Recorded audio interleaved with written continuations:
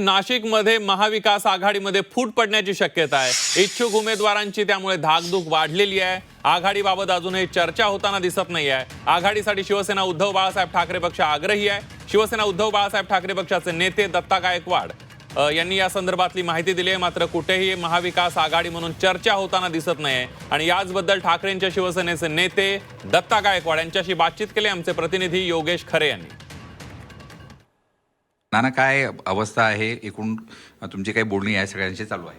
नाही, या संदर्भामध्ये काँग्रेस, राष्ट्रवादी काँग्रेस, मनसे आणि कम्युनिस्ट आणि आमच्याशी जॉईंट मिटिंग जवळजवळ 4-5 मिटिंगा झाल्या आणि काँग्रेस, राष्ट्रवादी काँग्रेस, मनसे आणि आमची मिटिंगमध्ये जवळजवळ फायनल होत आलं होतं। 13 जागा पेंडिंग राहिल्या होत्या आणि त्या 13 जागा संदर्भामध्ये काल आमची बैठक झाली।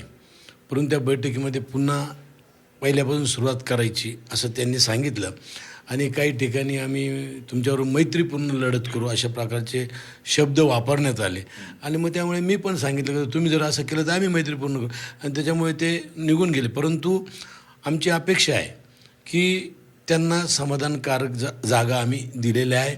अजून ज्या पेंडिंग जागा आहेत त्यातून आम्हाला काही जागा त्यांना देता येईल आणि म्हणून आम्ही वाट बघतोय की त्यांनी यावं, चर्चा करावी, मार्ग काढू आणि आपलं उद्दिष्ट एकच आहे की भारतीय जनता पक्षाला हरवायचं असेल तर आपण सर्व एकत्र आलो तर ते शक्य आहे। सोनू भिडेसह योगेश खरे, झी मीडिया, नाशिक।